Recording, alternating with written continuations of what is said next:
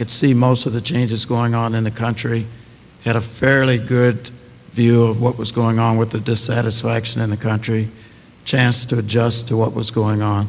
So the transition for me in that short period was fairly simple. Again, because the folks that had gone before me had endured all the torture and all the harsh treatment, and by then world opinion had changed things. I had a fairly easy time of it there. So the adjustment was not as great for me. I did, as Bud said, learn some profound things about both sides as far as what's good, what's bad. And I think the biggest thing I came out of there with is there's nothing critical in life anymore. Move on, take things one day at a time. It's that perspective. Yes. Did you want to add something to that? Yeah, I think it's a great thing here to have Tony, who had a shorter experience than the rest of us. And there is among our group those who came down later who kind of are a little shy to associate with us sometimes because they figure, you know, well, I'm just a new guy. I wasn't there very long. You know, Tony's case, about 7 or 8 months. Wrong. 5 minutes makes you an old pro. And I guarantee you that every one of us who were there for 6, 7, or 8 years has nothing but the greatest fidelity and association with the guys who were there a little bit later. On the physical side, I think I'm probably pretty typical. You know, I lost 66 pounds in jail. The good news is I didn't put it all back on. Other side of that, too, is back in those days, the old technology ejection seats were like a 21G cannon shell ride. I used to be a little over an inch taller than I am now. Just a compression fracture, and I broke our back, so one of those things. Again, on the physical side, yes, we euphemistically refer to it as abuse.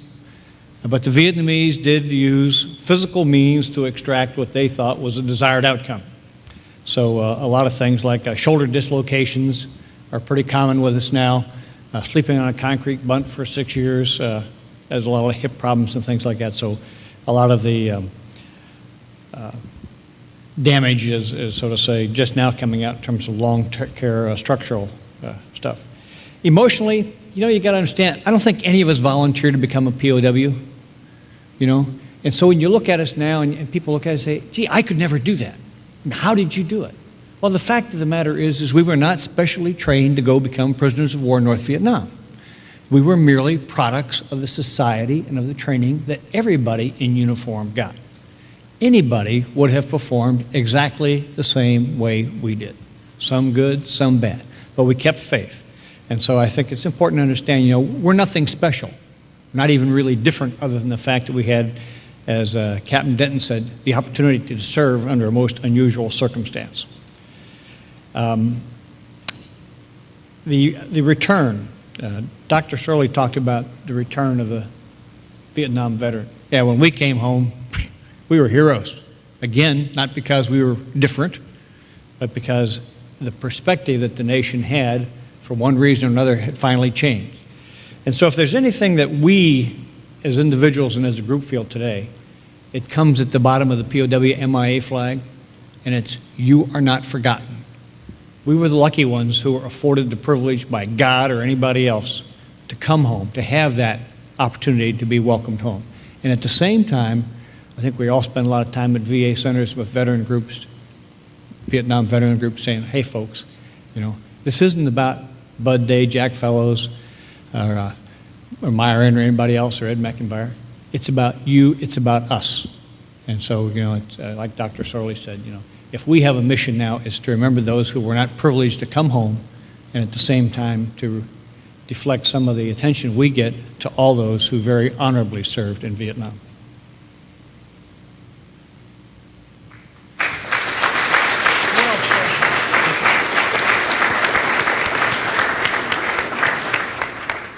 I would like to also say that I don't feel like these men and their unique experience and the lessons they have learned have been used enough by today's military. They go out and talk about how they survived the experience, but there's not enough emphasis, in my opinion, as to how they readjusted to life afterwards. And today, you know, there are many, many veterans who are coming home who are diving right back into civilian life, and we know that the military is an increasingly isolated part of our society and a smaller and smaller part of our society. So they are being brought back into civilian life with peers who have absolutely no idea what they went through. And I think these men can really serve as inspiration, instruction, and just someone who's gone before.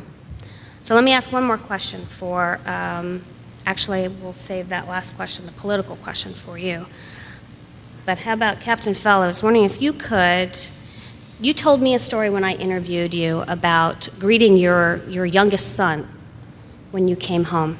Captain Fellows has how many children? 4. 4. And, They're my wife's children. oh, they are your wife's Yeah, children? they're very old, and I am not. I wanted to direct this question to Captain Fellows because there were incredible changes that happened and occurred in our country during the time these men were gone. I call it the Rip Van Winkle effect. They may have another term for it. But how did you react to the changes that had occurred both in our military and our culture while you were gone? And how did these changes affect you and your country, and how did you react and adjust to it? Me? Yes. There's an expression that says it's not who you know, but what you know, and that's a bunch of garbage. In my case, it was who I knew, and I knew these guys. I knew 680 plus prisoners who had the same goal, and that was to support each other and take care of each other. So when I came out with this sense of togetherness as a group. So if you had something nasty to say to me, it probably didn't even register, because I had something good coming out ahead. I think the thing that kept us surviving, I moved in with Bud Day on one strange day. He was a legend because of what he'd been through. And I walked in there and said, what the hell am I doing here? At which time Bud told me that he was married to Doris Day. And I looked at him and said, God, he can't even give me a straight answer on the first day. Well, I found out he was married to Doris Day, but this Doris Day was far more beautiful, even though the other one is beautiful, far more beautiful, and she's a real Doris Day. What I developed out of this whole thing is a sense of humor. And I can tell you, we've lost it. And we're not going anywhere in this society till we get it back. For example, we just went through the most horrific, mind-boggling election I could ever imagine. I can't imagine calling Ed Meckenbauer a liar, a cheat, and a thief, and then the next day we shake hands and we fight to work together. It's not the way it operates.